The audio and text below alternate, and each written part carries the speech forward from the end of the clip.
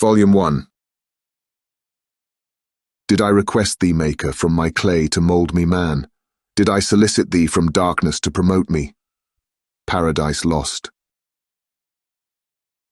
To William Godwin, author of Political Justice, Caleb Williams, etc. These volumes are respectfully inscribed by the author. Preface. The event on which this fiction is founded has been supposed by Dr. Darwin and some of the physiological writers of Germany as not of impossible occurrence. I shall not be supposed as according the remotest degree of serious faith to such an imagination. Yet in assuming it as the basis of a work of fancy, I have not considered myself as merely weaving a series of supernatural terrors. The event on which the interest of the story depends is exempt from the disadvantages of a mere tale of spectres or enchantment. It was recommended by the novelty of the situations which it develops, and however impossible as a physical fact, affords a point of view to the imagination for the delineating of human passions more comprehensive and commanding than any which the ordinary relations of existing events can yield. I have thus endeavoured to preserve the truth of the elementary principles of human nature, while I have not scrupled to innovate upon their combinations. The Iliad, the tragic poetry of Greece, Shakespeare, in The Tempest and Midsummer Night's Dream, and most especially Milton, in Paradise Lost, conform to this rule, and the most humble novelist, who seeks to confer or receive amusement from his labours, may, without presumption, apply to prose fiction a license, or rather a rule, from the adoption of which so many exquisite combinations of human feeling have resulted in the highest specimens of poetry. The circumstance on which my story rests was suggested in casual conversation. It was commenced, partly as a source of amusement, and partly as an expedient for exercising any untried resources of mind. Other motives were mingled with these as the work proceeded. I am by no means indifferent to the manner in which whatever moral tendencies exist in the sentiments or characters it contains shall affect the reader. Yet my chief concern in this respect has been limited to the avoiding of the enervating effects of the novels of the present day, and to the exhibitions of the amiableness of domestic affection and the excellence of universal virtue. The opinions which naturally spring from the character and situation of the hero are by no means to be conceived as existing always in my own conviction, nor is any inference justly to be drawn from the following pages as prejudicing any philosophical doctrine of whatever kind. It is a subject also of additional interest to the author that this story was begun in the majestic region where the scene is principally laid, and in society which cannot cease to be regretted. I passed the summer of 1816 in the environs of Geneva. The season was cold and rainy, and in the evenings we crowded around a blazing wood fire and occasionally amused ourselves with some German stories of ghosts which happened to fall into our hands. These tales excited in us a playful desire of imitation. Two other friends, a tale from the pen of one of whom would be far more acceptable to the public than anything I can ever hope to produce, and myself agreed to write each a story founded on some supernatural occurrence. The weather, however, suddenly became serene, and my two friends left me on a journey among the Alps and lost, in the magnificent scenes which they present, all memory of their ghostly visions. The following tale is the only one which has been completed. Letter 1. To Mrs. Saville, England. St. Petersburg, 11th of December, 17, unknown. You will rejoice to hear that no disaster has accompanied the commencement of an enterprise which you have regarded with such evil forebodings. I arrived here yesterday, and my first task is to assure my dear sister of my welfare and increasing confidence in the success of my undertaking. I'm already far north of London, and as I walk in the streets of Petersburg, I feel a cold northern breeze play upon my cheeks, which braces my nerves and fills me with delight. Do you understand this feeling? This breeze, which has travelled from the regions towards which I am advancing, gives me a foretaste of those icy climes. Inspirited by this wind of promise, my daydreams become more fervent and vivid. I try in vain to be persuaded that the pole is the seat of frost and desolation. It ever presents itself to my imagination as the region of beauty and delight. There, Margaret, the sun is forever visible, its broad disk just skirting the horizon and diffusing a perpetual splendour. There, for with your leave, my sister, I will put some trust in preceding navigators. Their snow and frost are banished, and sailing over a calm sea, we may be wafted to a land surpassing in wonders and in beauty every region hitherto discovered on the habitable globe. Its productions and features may be without example, as the phenomena of the heavenly bodies undoubtedly are in those undiscovered solitudes. What may not be expected in a country of eternal light? I may there discover the wondrous power which attracts the needle, and may regulate 1,000 celestial observations that require only this voyage to render their seeming eccentricities consistent forever. I shall satiate my ardent curiosity with the sight of a part of the world never before visited, and may tread a land never before imprinted by the foot of man. These are my enticements, and they are sufficient to conquer all fear of danger or death, and to induce me to commence this laborious voyage with the joy a child feels when he embarks in a little boat, with his holiday mates, on an expedition of discovery up his native river. But supposing all these conjectures to be false, you cannot contest the inestimable benefit which I shall confer on all mankind to the last generation, by discovering a passage near the pole to those countries, to reach which at present so many months are requisite, or by ascertaining the secret of the magnet, which, if at all possible, can only be effected by an undertaking such as mine. These reflections have dispelled the agitation with which I began my letter, and I feel my heart glow with an enthusiasm which elevates me to heaven. For nothing contributes so much to tranquilize the mind as a steady purpose, a point on which the soul may fix its intellectual eye. This expedition has been the favorite dream of my early years. I have read with ardor the accounts of the various voyages which have been made in the prospect of arriving at the North Pacific Ocean through the seas which surround the pole. You may remember that a history of all the voyages made for purposes of discovery composed the whole of our good Uncle Thomas's library. My education was neglected, yet I was passionately fond of reading. These volumes were my study day and night, and my familiarity with them increased that regret which I had felt, as a child, on learning that my father's dying injunction had forbidden my uncle to allow me to embark in a seafaring life. These visions faded when I perused, for the first time, those poets whose effusions entranced my soul and lifted it to heaven.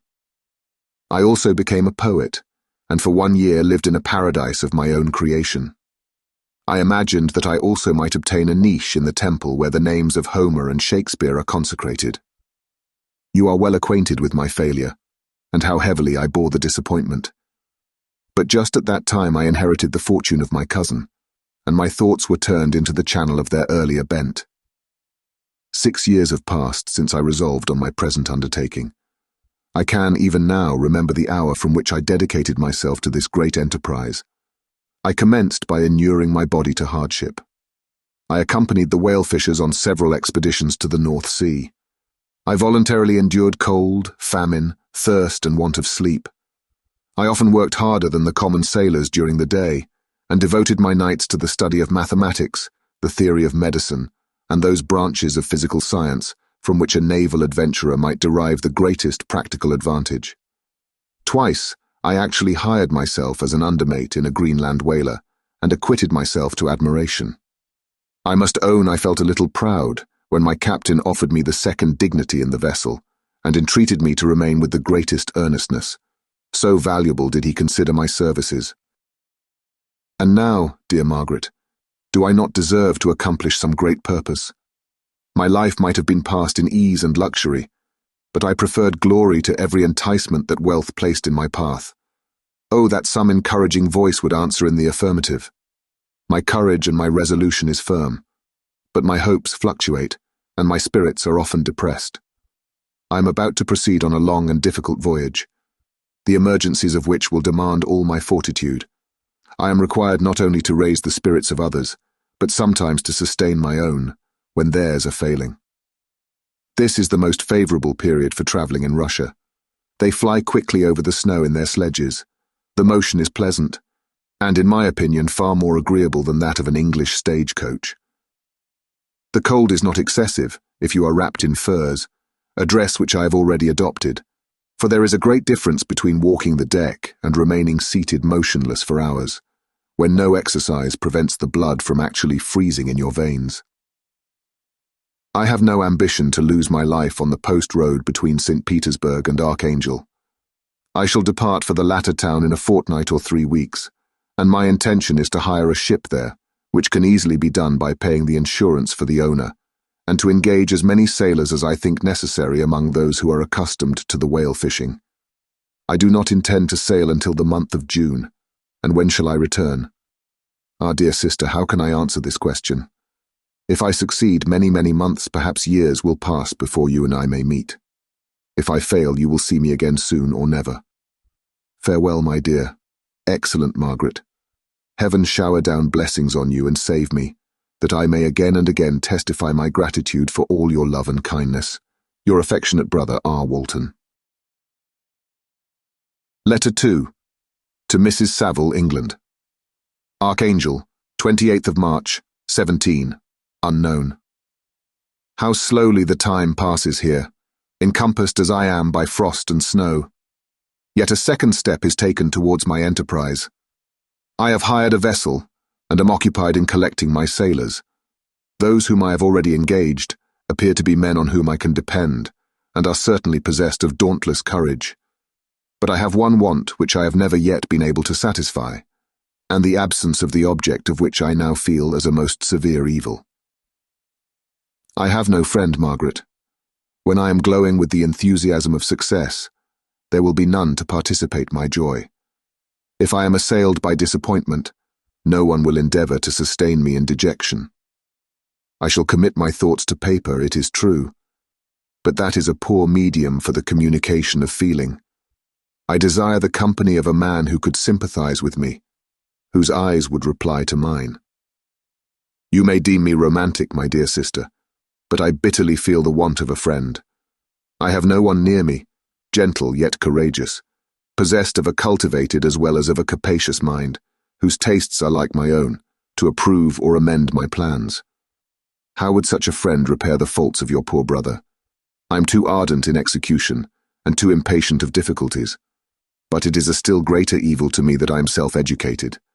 For the first 14 years of my life I ran wild on a common, and read nothing but our Uncle Thomas's books of voyages.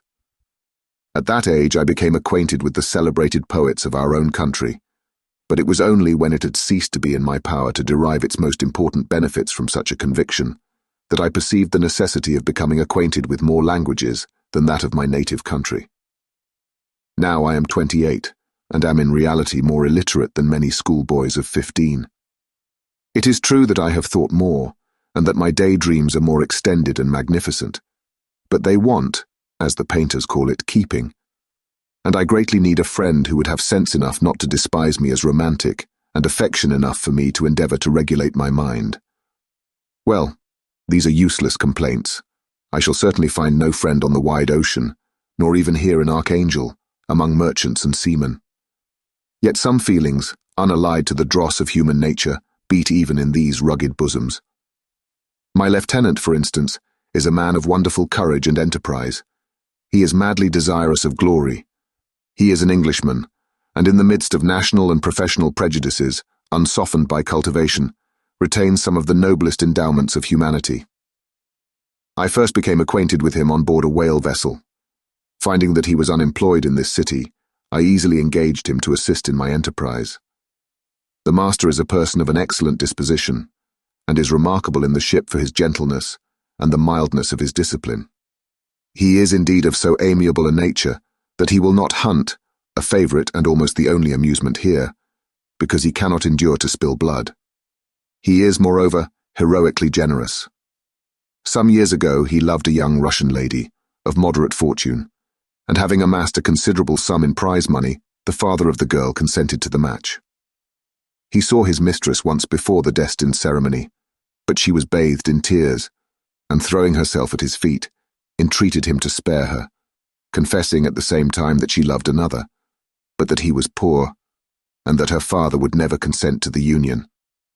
My generous friend reassured the suppliant, and on being informed of the name of her lover, instantly abandoned his pursuit. He had already bought a farm with his money, on which he had designed to pass the remainder of his life, but he bestowed the whole on his rival, together with the remains of his prize money to purchase stock. and then himself solicited the young woman's father to consent to her marriage with her lover. But the old man decidedly refused, thinking himself bound in honor to my friend, who, when he found the father inexorable, quitted his country, nor returned until he heard that his former mistress was married according to her inclinations. What a noble fellow, you will exclaim. He is so. But then he has passed all his life on board a vessel, and has scarcely an idea beyond the rope and the shroud. But do not suppose that, because I complain a little, or because I can conceive a consolation for my toils which I may never know, that I am wavering in my resolutions. Those are as fixed as fate, and my voyage is only now delayed until the weather shall permit my embarkation. The winter has been dreadfully severe, but the spring promises well, and it is considered as a remarkably early season, so that, perhaps, I may sail sooner than I expected. I shall do nothing rashly. You know me sufficiently to confide in my prudence and considerateness whenever the safety of others is committed to my care. I cannot describe to you my sensations on the near prospect of my undertaking. It is impossible to communicate to you a conception of the trembling sensation, half pleasurable and half fearful, with which I am preparing to depart. I am going to unexplored regions, to the land of mist and snow. But I shall kill no albatross, therefore do not be alarmed for my safety. Shall I meet you again, after having traversed immense seas and returned by the most southern cape of Africa or America? I dare not expect such success, yet I cannot bear to look on the reverse of the picture. Continue to write to me by every opportunity. I may receive your letters, though the chance is very doubtful, on some occasions when I need them most to support my spirits. I love you very tenderly. Remember me with affection, should you never hear from me again. Your affectionate brother, Robert Walton. Letter 3. To Mrs. Saville, England. 7th of July, 17, unknown.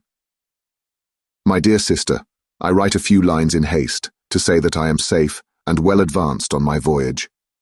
This letter will reach England by a merchantman now on its homeward voyage from Archangel, more fortunate than I, who may not see my native land perhaps for many years. I am, however, in good spirits. My men are bold and apparently firm of purpose. Nor do the floating sheets of ice that continually pass us, indicating the dangers of the region towards which we are advancing, appear to dismay them. We have already reached a very high latitude, but it is the height of summer, and although not so warm as in England, the southern gales, which blow us speedily towards those shores which I so ardently desire to attain, breathe a degree of renovating warmth which I had not expected. No incidents have hitherto befallen us that would make a figure in a letter. One or two stiff gales, and the breaking of a mast, are accidents which experienced navigators scarcely remember to record, and I shall be well content if nothing worse happened to us during our voyage. Adieu, my dear Margaret. Be assured that for my own sake, as well as yours, I will not rashly encounter danger. I will be cool, persevering, and prudent. Remember me to all my English friends. Most affectionately yours, R.W. Letter 4. To Mrs. Saville, England. 5th of August, 17, unknown. So strange an accident has happened to us that I cannot forbear recording it, although it is very probable that you will see me before these papers can come into your possession. Last Monday, 31st of July, we were nearly surrounded by ice, which closed in the ship on all sides, scarcely leaving her the sea room in which she floated. Our situation was somewhat dangerous, especially as we were compassed round by a very thick fog. We accordingly lay to, hoping that some change would take place in the atmosphere and weather. About 2 o'clock the mist cleared away, and we beheld, stretched out in every direction, vast and irregular plains of ice, which seemed to have no end. Some of my comrades groaned, and my own mind began to grow watchful with anxious thoughts, when a strange sight suddenly attracted our attention, and diverted our solicitude from our own situation. We perceived a low carriage, fixed on a sledge and drawn by dogs, pass on towards the north, at the distance of half a mile. A being which had the shape of a man, but apparently of gigantic stature, sat in the sledge and guided the dogs. We watched the rapid progress of the traveller with our telescopes until he was lost among the distant inequalities of the ice. This appearance excited our unqualified wonder. We were, as we believed, many hundred miles from any land, but this apparition seemed to denote that it was not, in reality, so distant as we had supposed. Shut in, however, by ice, it was impossible to follow his track, which we had observed with the greatest attention. About 2 hours after this occurrence, we heard the ground sea, and before night the ice broke and freed our ship. We, however, lay to until the morning, fearing to encounter in the dark those large loose masses which float about after the breaking up of the ice. I profited of this time to rest for a few hours. In the morning, however, as soon as it was light, I went upon deck and found all the sailors busy on one side of the vessel, apparently talking to someone in the sea. It was, in fact, a sledge, like that we had seen before, which had drifted towards us in the night on a large fragment of ice. Only one dog remained alive, but there was a human being within it, whom the sailors were persuading to enter the vessel. He was not, as the other traveller seemed to be, a savage inhabitant of some undiscovered island, but an European. When I appeared on deck, the master said, "Here is our captain, and he will not allow you to perish on the open sea." On perceiving me, the stranger addressed me in English, although with a foreign accent. "Before I come on board your vessel," said he, "will you have the kindness to inform me whither you are bound?" You may conceive my astonishment on hearing such a question addressed to me from a man on the brink of destruction, and to whom I should have supposed that my vessel would have been a resource which he would not have exchanged for the most precious wealth the earth can afford. I replied, however, that we were on a voyage of discovery towards the northern pole. Upon hearing this, he appeared satisfied and consented to come on board. Good God, Margaret, if you had seen the man who thus capitulated for his safety, your surprise would have been boundless. His limbs were nearly frozen, and his body dreadfully emaciated by fatigue and suffering. I never saw a man in so wretched a condition. We attempted to carry him into the cabin, but as soon as he had quitted the fresh air, he fainted. We accordingly brought him back to the deck and restored him to animation by rubbing him with brandy and forcing him to swallow a small quantity. As soon as he showed signs of life, we wrapped him up in blankets and placed him near the chimney of the kitchen stove. By slow degrees he recovered and ate a little soup, which restored him wonderfully. 2 days passed in this manner before he was able to speak, and I often feared that his sufferings had deprived him of understanding. When he had in some measure recovered, I removed him to my own cabin and attended on him as much as my duty would permit. I never saw a more interesting creature. His eyes have generally an expression of wildness and even madness. But there are moments when, if anyone performs an act of kindness towards him, or does him any the most trifling service, his whole countenance is lighted up, as it were, with a beam of benevolence and sweetness that I never saw equalled. But he is generally melancholy and despairing, and sometimes he gnashes his teeth, as if impatient of the weight of woes that oppresses him. When my guest was a little recovered, I had great trouble to keep off the men, who wished to ask him 1,000 questions, but I would not allow him to be tormented by their idle curiosity, in a state of body and mind, whose restoration evidently depended upon entire repose. Once, however, the lieutenant asked why he had come so far upon the ice in so strange a vehicle. His countenance instantly assumed an aspect of the deepest gloom, and he replied, "To seek one who fled from me." "And did the man whom you pursued travel in the same fashion?" "Yes." "Then I fancy we have seen him, for the day before we picked you up, we saw some dogs drawing a sledge, with a man in it, across the ice." This aroused the stranger's attention, and he asked a multitude of questions concerning the route which the demon, as he called him, had pursued. Soon after, when he was alone with me, he said, "I have doubtless excited your curiosity as well as that of these good people, but you are too considerate to make inquiries. Certainly, it would indeed be very impertinent and inhuman in me to trouble you with any inquisitiveness of mine. And yet you rescued me from a strange and perilous situation. You have benevolently restored me to life." Soon after this he inquired if I thought that the breaking up of the ice had destroyed the other sledge. I replied that I could not answer with any degree of certainty, for the ice had not broken until near midnight, and the traveller might have arrived at a place of safety before that time. But of this I could not judge. From this time the stranger seemed very eager to be upon deck, to watch for the sledge which had before appeared. But I have persuaded him to remain in the cabin, for he is far too weak to sustain the rawness of the atmosphere. But I have promised that someone should watch for him and give him instant notice if any new object should appear in sight. Such is my journal of what relates to this strange occurrence up to the present day. The stranger has gradually improved in health, but is very silent, and appears uneasy when anyone except myself enters his cabin. Yet his manners are so conciliating and gentle that the sailors are all interested in him, although they have had very little communication with him. For my own part, I begin to love him as a brother, and his constant and deep grief fills me with sympathy and compassion. He must have been a noble creature in his better days, being even now in wreck so attractive and amiable. I said in one of my letters, my dear Margaret, that I should find no friend on the wide ocean. Yet I have found a man who, before his spirit had been broken by misery, I should have been happy to have possessed as the brother of my heart. I shall continue my journal concerning the stranger at intervals, should I have any fresh incidents to record.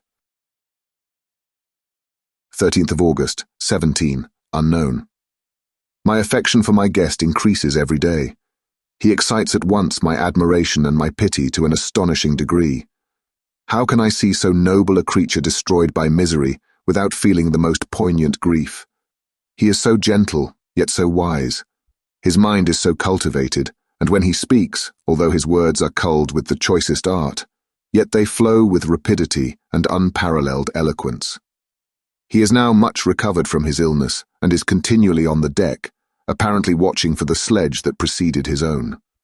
Yet, although unhappy, he is not so utterly occupied by his own misery, but that he interests himself deeply in the employments of others. He has asked me many questions concerning my design, and I have related my little history frankly to him. He appeared pleased with the confidence, and suggested several alterations in my plan, which I shall find exceedingly useful. There is no pedantry in his manner, but all he does appears to spring solely from the interest he instinctively takes in the welfare of those who surround him. He is often overcome by gloom, and then he sits by himself and tries to overcome all that is sullen or unsocial in his humour. These paroxysms pass from him like a cloud from before the sun, though his dejection never leaves him. I have endeavoured to win his confidence, and I trust that I have succeeded. One day I mentioned to him the desire I had always felt of finding a friend who might sympathize with me and direct me by his counsel. I said I did not belong to that class of men who are offended by advice. I am self-educated, and perhaps I hardly rely sufficiently upon my own powers. I wish, therefore, that my companion should be wiser and more experienced than myself to confirm and support me, nor have I believed it impossible to find a true friend. I agree with you, replied the stranger, in believing that friendship is not only a desirable but a possible acquisition. I once had a friend, the most noble of human creatures, and am entitled therefore to judge respecting friendship. You have hope, and the world before you, and have no cause for despair. But I have lost everything, and cannot begin life anew. As he said this, his countenance became expressive of a calm, settled grief that touched me to the heart. But he was silent, and presently retired to his cabin. Even broken in spirit as he is, no one can feel more deeply than he does the beauties of nature.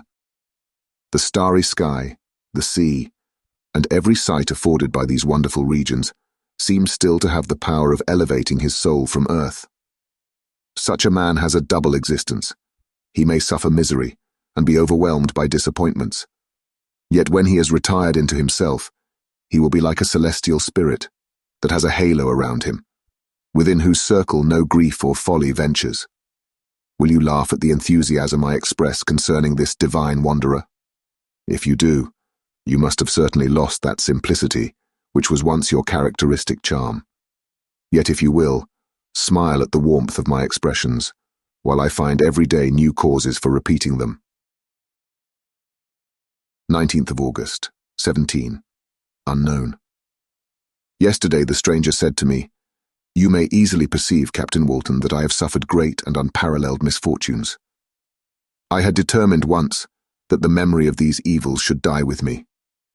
But you have won me to alter my determination. You seek for knowledge and wisdom as I once did, and I ardently hope that the gratification of your wishes may not be a serpent to sting you, as mine has been. I do not know that the relation of my misfortunes will be useful to you, yet, if you are inclined, listen to my tale. I believe that the strange incidents connected with it will afford a view of nature, which may enlarge your faculties and understanding. You will hear of powers and occurrences, such as you have been accustomed to believe impossible. But I do not doubt that my tale conveys in its series internal evidence of the truth of the events of which it is composed. You may easily conceive that I was much gratified by the offered communication. Yet I could not endure that he should renew his grief by a recital of his misfortunes. I felt the greatest eagerness to hear the promised narrative, partly from curiosity, and partly from a strong desire to ameliorate his fate, if it were in my power. I expressed these feelings in my answer. "I thank you," he replied, "for your sympathy, but it is useless. My fate is nearly fulfilled. I wait but for one event, and then I shall repose in peace." "I understand your feeling," continued he, perceiving that I wished to interrupt him. "But you are mistaken, my friend, if thus you will allow me to name you. Nothing can alter my destiny. Listen to my history, and you will perceive how irrevocably it is determined." He then told me that he would commence his narrative the next day when I should be at leisure. This promise drew from me the warmest thanks. I have resolved every night, when I am not engaged, to record, as nearly as possible in his own words, what he has related during the day. If I should be engaged, I will at least make notes. This manuscript will doubtless afford you the greatest pleasure, but to me, who know him and who hear it from his own lips, with what interest and sympathy shall I read it in some future day?